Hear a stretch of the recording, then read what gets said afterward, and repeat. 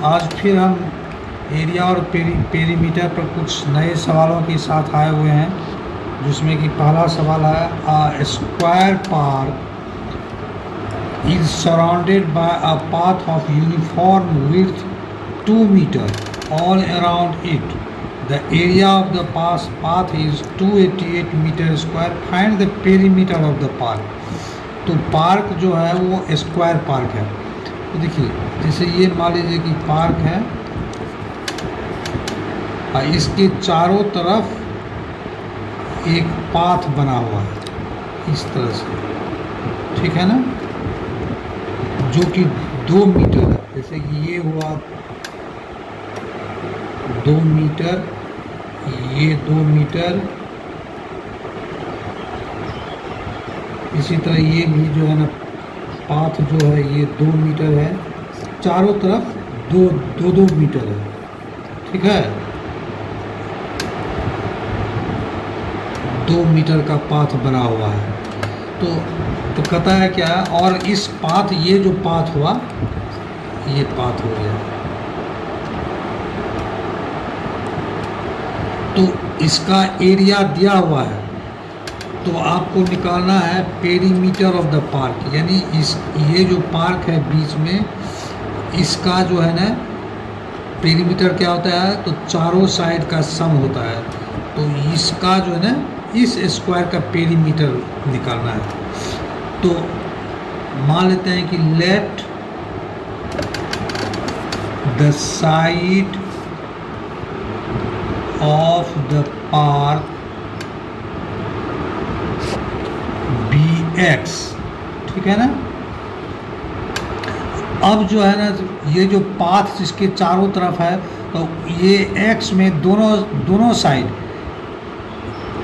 Left hand side में, right hand side में 2-2 metre बढ़ जाएगा। उसी तरह से 2 मीटर जो है ना ऊपर भी बढ़ेगा, 2 मीटर नीचे भी बढ़ेगा। कहने का मतलब है कि x में अब जो एक जो फिगर बना इंक्लूसिव ऑफ पार्क, उस फिगर का जो साइड हो जाएगा x+4 हो जाएगा। जैसे कि ये x है, इधर ये 2 मीटर, इधर ये 2 मीटर, तो नया जो अब बन गया एक इंक्लूसिव ऑफ पाथ जो मिल गया, उसका साइड जो हो जाएगा x+4 मीटर बनेगा। New side of the square including the width of the path, ये हो जाएगा x+4 मीटर। तो कहता, और इसमें जो है ना पाथ का जो है दिया हुआ है, एरिया दिया हुआ है। तो पाथ का एरिया कैसे निकालेंगे, ये जो टोटल एरिया जो है ये भी स्क्वायर के फॉर्म में है, क्योंकि ये साइड जो हो जाएगा x+4 हो जाएगा, यानी चारों साइड इसका x+4 हो जाएगा। तो ये जो अब हो गया x+4 हो गया।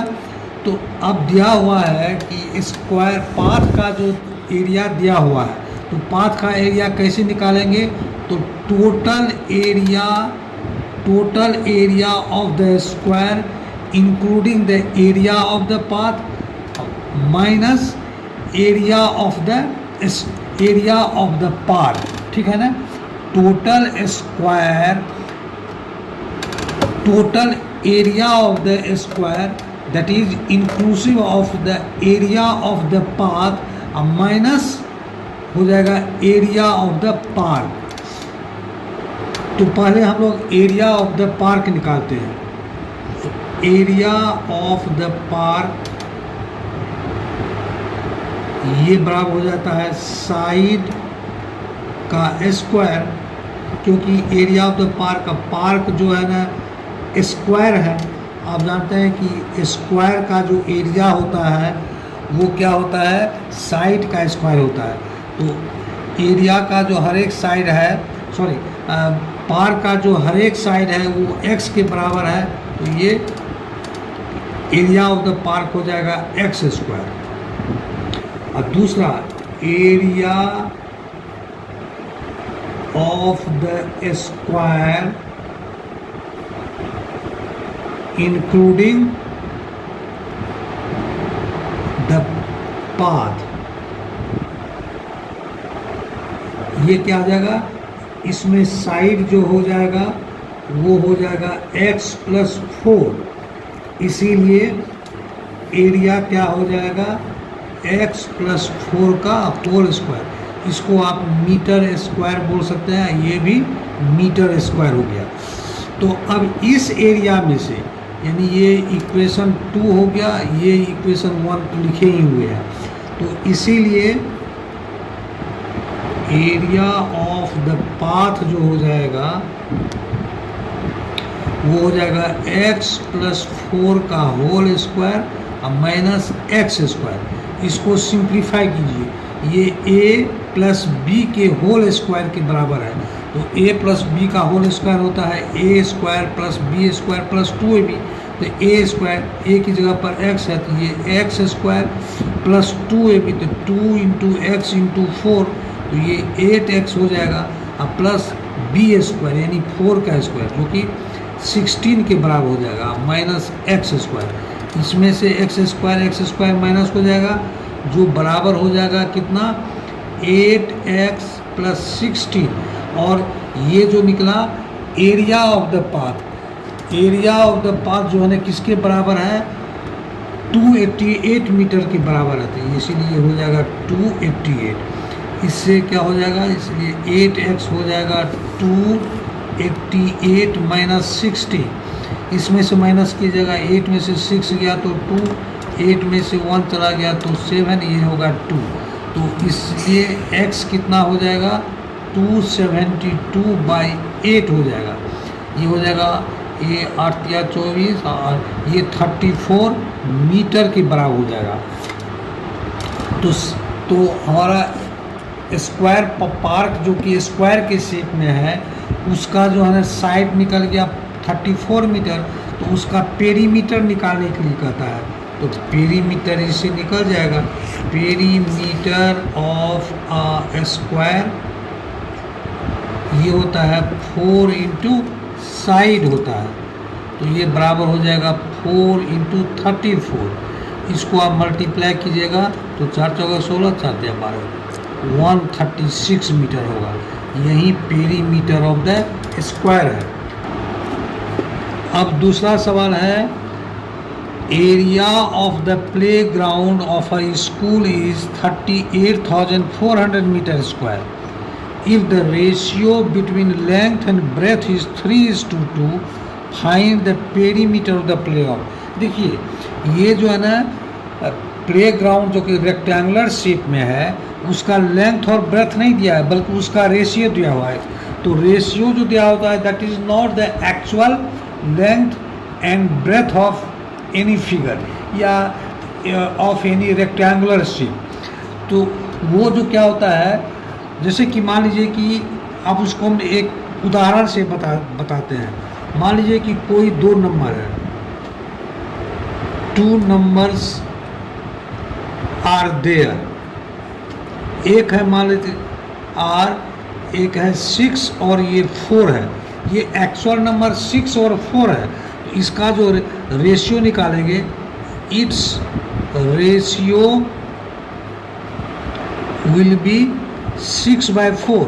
इसको सिंपलेस्ट फॉर्म में रेशियो को निकाला जाता है, तो ये 3/2 होगा। देखिए, नंबर है, एक्चुअल नंबर है 6 और 4, लेकिन मान लीजिए कि 6 लेंथ है और 4 ब्रेथ है, तो उसका जो रेशियो निकाले तो 3:2 हुआ। तो ये एक्चुअली ये एक्चुअल नंबर नहीं है, ये एक्चुअल लेंथ और एक्चुअल ब्रेथ, 3 एक्चुअल लेंथ नहीं है और 2 एक्चुअल ब्रेथ नहीं है। ये जो होगा multiple of any similar variable होगा।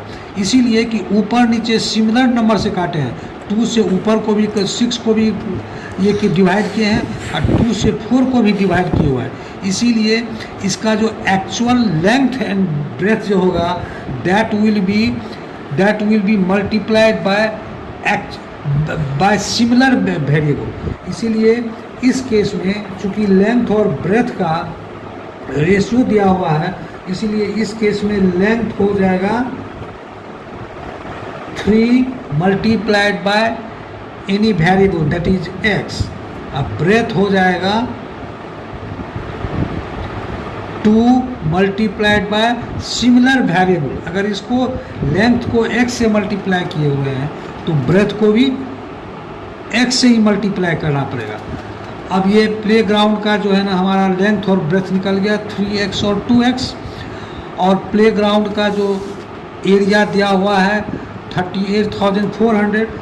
तो आप जानते हैं कि area of any rectangular shape ये होता है लेंथ इंटू ब्रेथ। यहाँ लेंथ है 3x, ब्रेथ है 2x, तो 3x इंटू 2x जो कि किसके बराबर होगा, एरिया के बराबर होगा, यानी 38,400। ठीक है ना। 3x को 2x को मल्टीप्लाई कीजिएगा तो ये 6x स्क्वायर हो जाएगा, ये हो जाएगा 38,000। ये सिंपल सवाल है, 38,400। इसीलिए x स्क्वायर क्या हो जाएगा 38,400 डिवाइडेड बाय 6। चूँकि ये 6 जो है ना x से मल्टीप्लाइड है, तो इसको अगर इक्वल टू के राइट हैंड साइड में 6 को लाएंगे, तो अगर लेफ्ट हैंड साइड में मल्टीप्लिकेशन है तो राइट हैंड साइड में आएगा तो वो डिवाइड हो जाएगा। तो इसको डिवाइड कर देंगे तो 6 के 36, ये 6400 हो जाएगा। तो x स्क्वायर निकल गया 6400, इसीलिए x क्या हो जाएगा स्क्वायर रूट ऑफ 6400, जो कि हो जाएगा 80 के बराबर हो जाएगा, यानी 80 मीटर के बराबर हो गया। तो हमारा जो है ना x का वैल्यू निकल गया 80, तो इससे लेंथ निकल जाएगा, लेंथ हो जाएगा 80 इंटू 3 240 मीटर। अब ब्रेथ हो जाएगा